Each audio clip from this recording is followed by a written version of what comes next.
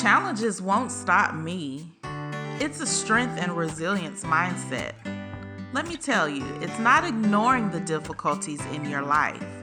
Just look at it as a journey of seeing opportunities in the challenges and discovering who God intends for you to be. Whether it's host Melanie Brown's motivational messages or it's courageous women sharing the strategies and habits they utilize when navigating those unexpected turns, you can expect to become equipped and empowered to fight to overcome any challenge that dares to cross your path. The goal? Building and maintaining a challenges won't stop me mindset. Let's go.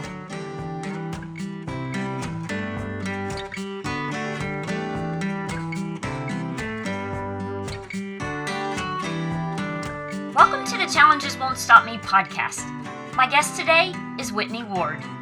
I followed Whitney on her social media for several years because, well, Whitney and I have so much in common with our personal stories and our ministries. I was thrilled to meet Whitney in person at this year's Blue Ridge Christian Writers Conference. Just imagine, two women standing outside the coffee shop, excitedly talking about challenges, grit, and not giving up. In Whitney's memoir, More Than My Mountains, she shares how at age 6 her unusual symptoms stumped her doctors.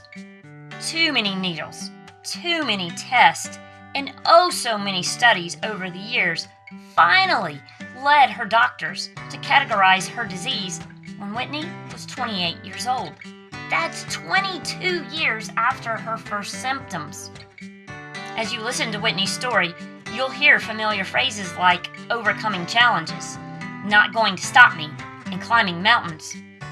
When Whitney shares her messages in her books, on her Seeing the Invisible podcast, and when she speaks, it goes something like this. When your strength comes from the right source, there's not a mountain you can't climb. Amen, girl. Please join me for my conversation with Whitney Ward.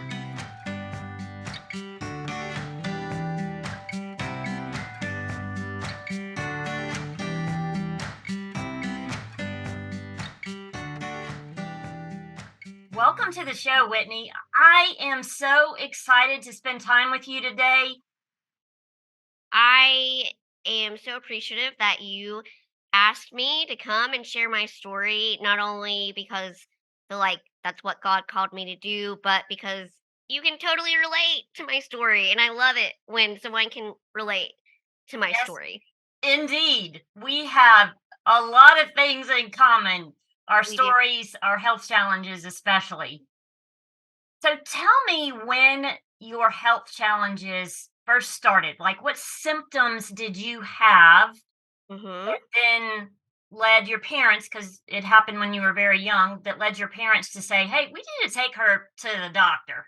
Yeah, it's very interesting. Being born in 1988, it's kind of crazy because medical science was growing leaps and bounds, but there were still limitations.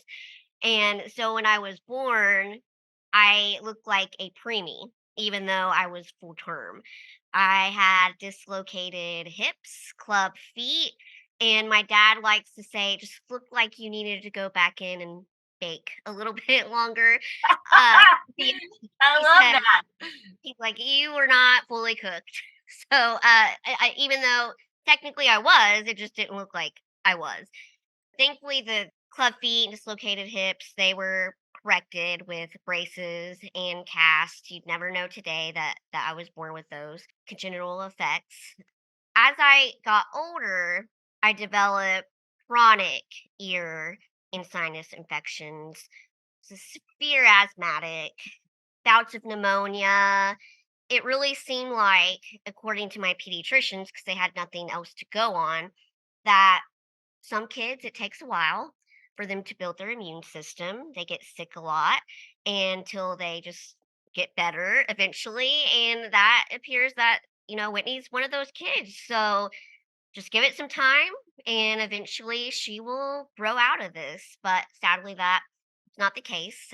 When I was 6 years old, I woke up one morning with severe pain in my knees. They were hot to touch, they were swollen, they were just so painful that even when my parents tried to move my knees, I screamed out in pain.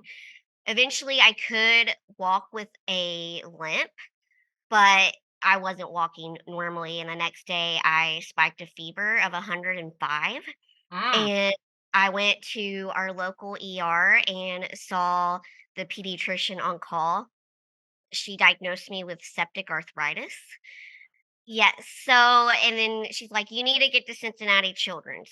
This is above our scope, and you need pediatric specialists." So, my parents took me there. Thankfully, the septic arthritis was easily treated. My doctor said, if all kids reacted and took to Naperson, that was what I took. Naperson like Whitney did, we would be out of a job. But unfortunately, because of that, that health scare discovery was made, and my blood counts were not where they were supposed to be. What wasn't supposed to be high was high. What wasn't supposed to be low was low. It was a mess, and I remember being transferred to different departments. Trying to figure out, okay, does she have CF? Does she have lupus? Does she have cancer? Does she have MS? And all those diseases came back negative. I didn't have those, and that was good. But the thing was, without a diagnosis, there was no solid and clear treatment path to go on. So many years later and tests later, I was given the very broad diagnosis of autoimmune hemolytic anemia, complicated with combined immune deficiencies, which basically just meant we don't know what we're dealing with. We just It's know a it's, mess, but we have no idea why. yeah, exactly. We have no idea why. We just know it's this broad, thing, but we can't pinpoint it. That is how it started. And yeah, it was a roller coaster for sure. In your notes that you shared with me about your story, one of the things that caught my attention because I'm a school teacher Yes. is how the kids treated you Mhm. while you were facing all of these challenges. Just give us a brief synopsis of that.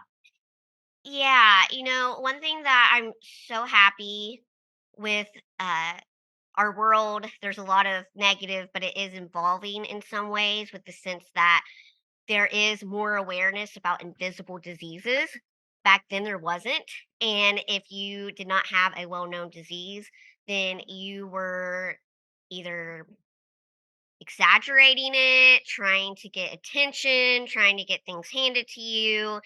And that's how my classmates viewed me. I was just trying to get things handed to me, get good grades, get accolades I really didn't deserve. And they basically shunned me when I was at school. They wanted nothing to do with me. Anytime there was some type of special thing, whether it was, being on prom committee or being an attendant at homecoming, they would do all that they could to make sure I would never receive any of that, because I missed 75 to 100 days of school year, and I didn't deserve it because they were always there. And so that was tough. But I'd say the toughest thing was them looking at my deformities and making fun of them and my short stature, and just kind of, looking back, some of it just went way over my head. Like, I just kind of went along with it. Ha ha ha. And now it's like, oh, wait a minute. They were being degrading towards me. But one thing that really has always stuck out, I put it in my book because it just really, really messed me up. One day when I was in the 8th grade, I was in English class, and our teacher gave us some time to, just kind of chill with each other because we were done.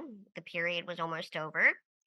And this boy, who I considered a friend, he looked at me and he said, "Hey, Whitney." You should be in the Guinness Book of World Records for having the most warts, because that's one thing my disease causes is warts. And I was humiliated. I did not think that's where he was going. And for him to even say that made me so self conscious. Or, okay, I'm hardly here to begin with. And when I am here and get to do something normal, like hanging out with my friends, this is the comment I get. This is what they pinpoint. And so, is that all I am to them? And is that how they think of me? And so it really messed with my self esteem to the point where I would wear long sleeves, I would cover my hands anytime I could, and would just really try to just blend in the background and not be noticed. And high school was tough. I learned a lot. It was a lot of character building, but it is a time I would never ever want to go back to. Kids can be cruel. They just really can. They say what's in their head and they don't have any filters to Yeah, say, this is cruel. I should not be saying something like this to someone else. yeah, yeah, Uh, Not yeah, having compassion for you yeah, is part of that teenage thing too. It's all about them. yeah, So having compassion for the fact that you're struggling and that you have, and as yeah, we call them now, invisible illnesses, yeah. that's just not on their radar because No, no. And focusing what was on tough someone was, else rather than themselves. yeah. And what was tough back then was their parents kind of instigated some of it because they as well didn't believe that I was really that sick. Because, Yeah, it came from that generation. They passed it on to my generation. They didn't want the girl who was exaggerating and hardly ever at school to take things away from their kids that they thought deserved it more when they didn't really take a step back to get the facts, even have a conversation with me or my mom.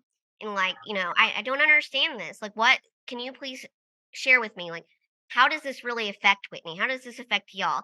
And so it was kind of twofold. Not only the kids not being aware that they were being cruel and just, I mean, really self-centered is what they were being, but they were being taught that by their parents. So now as an adult, I have to look at it and think, okay, they didn't just come by this on their own. right. It It's was modeled for them. exactly, exactly. So that's what society was back then, and that's what they were taught. Now, thankfully, as adults, they're more aware, and that is good.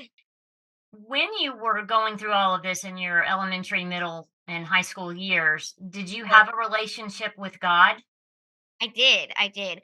My parents, they met at Asbury University, and they got married. And my mom was one of the charter members at the church we attend. They were both very solid and rooted Christians, so that's how I was raised. I got saved when I was 10, but even before that, I knew what faith and prayer and miracles were because of what my parents modeled and what they taught and instilled in me. And I don't really know how people go through medical crises without faith. And I've even had doctors and nurses tell me that their patients who profess faith handle their diseases much, much better. They're not as bitter. They're more positive. They live life to the fullest. And that to me is just a testament of God and how he can help you get through anything. And that for me, it showed me that my challenges won't overcome me. So because God is on my side and he helped me through everything, even when it didn't look like there was a way. There was a way. I just might have not seen it right then, but there was. An Ephesians 3:20 kind of thing, exceedingly abundantly beyond anything I could have ever imagined. And so yes, I'm very thankful for my faith. I feel the same about my faith. Has helped me. My doctors have said the same thing to me numerous times. You have the best attitude. You don't Yeah. seem to let this get to you because I trust God and whatever happens, he's in control. And it Mhm. sounds very similar to what your experiences are. Yeah. And so obviously God was there and you reached out to him and leaned on him during Yeah. those those tough years, Yeah. especially when the kids were cruel to you. When you were in college, you faced a pretty significant health challenge your senior year. Briefly Yeah. tell us about that. There's a little bit of a backstory to that. In 2011, I went to the NIH for my very first time, and before that, I was having just severe bowel issues and losing a lot of weight. No one seemed to know what was going on. And once I went to the NIH, they discovered that my small bowel was twisted, and that's what was causing all these health issues. And so it had to be corrected surgically. Well, I was getting ready to go into my senior year of college, and I was going to be a hall chaplain, and I just there was so many things I wanted to experience, and if I would have had the surgery in the summer, I would have not been able to start fall semester. I would have had to wait till spring semester and not graduate with my class. And it's like, absolutely not. I've missed out on so much, and I am not going to miss out on this opportunity. So, we're coming up with a plan that you feel good with, but will allow me to do what I want to do. And so we did. I would go to school fall semester, and then the week typically there's a week of final projects, and then there's the next week, which is finals. So what I did was I combined the week of final projects and finals and did it all in the same week. And then the next week I had my surgery, so I could have 3 weeks to recover and then come back to school during after Christmas break. During that time, in the fall, my health just continued to deteriorate. I lost so much weight. Oh my goodness, I looked so unhealthy. My hair, I could hardly brush it because it was in knots all the time because of how just unhealthy the bowel issues I would it was just horrific. And I looked like a skeleton by the time I got to my surgery date. So, hindsight's always 2020. We don't know what caused the complications to happen, because that was at that time, I think, my 25th surgery, and I never Wow. had any issues, any. There's no indication that it would go as it did, but maybe I should have had my treatment earlier than usual. Maybe I should have done this, done that, done. You just don't know. You don't know. There's so many ifs. But I went home from my surgery on Sunday, and then on that following Monday, I was right back into the hospital. And when I came home from my surgery, I was down to 75 pounds. That's how much Wow. weight I lost because of all that. So that played a factor into it. But I went into the hospital again very shortly after I was released after my surgery. So they just kind of really didn't know what to do with me. And my hematologist is a Christian. That has made a world of difference. And because of protocols, he really technically shouldn't have come and seen me like that. The hematologist on call was the one who would have made the calls and everything. But he knew I was complicated. He knew I was rare, and he wanted to check up on me. And he could just see my body was deteriorating fast. All I could do was stare at him. I was a mix of yellow, white, and every time I would get up to go to the bathroom, I would have this excruciating headache that made me cry, which I now know that was because of having a low hemoglobin. But I saw him, he came in and he said, "You need to demand that she goes to the hematology floor tonight." and you need to demand that they do a hemoglobin tonight because since her hemoglobin was 8.4 yesterday, they were going to wait and do it Wednesday. Whitney doesn't have time for that. She has to have it tonight. And if she makes it, we're going to have to talk about a bone marrow transplant. So he walked out, and my parents were like, he just said if she makes it, he doesn't think she's going to make it. And they were just, of course, devastated. Finally, I got to the hematology floor. So finally, they got the blood and it wouldn't clot, and they discovered that my hemoglobin was 2.8. So they rushed me to ICU, and my parents were ushered to a waiting room. And what was really weird is the waiting room only had one man in it, and he was sitting on a computer. ICU was full. This was midnight. It made no sense. Nobody else was in there.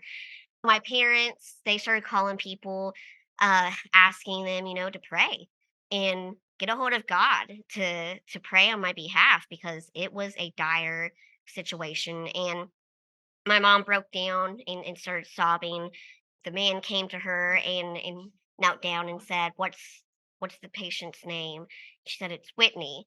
And he said, Okay, I will put her on the prayer chain. He didn't say my church's prayer chain. He didn't say I'll tell my pastor. He said the prayer chain. And then he turned around and he walked out, and my parents never saw him again. We're convinced that was an angel because after that encounter, I started doing a 180. And that next night, the waiting room was full, completely full of people. And they never saw that man again. He was nowhere to be found. Best Christmas gift ever. And then 2 weeks later, like I originally planned to do, I went back to school to finish my degree and I graduated in May of 2012. God was faithful, and he used it to show that he's a God of miracles, and when things look hopeless, there is still hope. In 2013, you met again at NIH, which is the National Institute for Health, and you were introduced to a man who became very, very important in your journey. Tell me about him and tell me about that journey and how it all led to your disease and naming it. Yes, I'd love to. So I was introduced to a man named Ian Lamborn in 2013.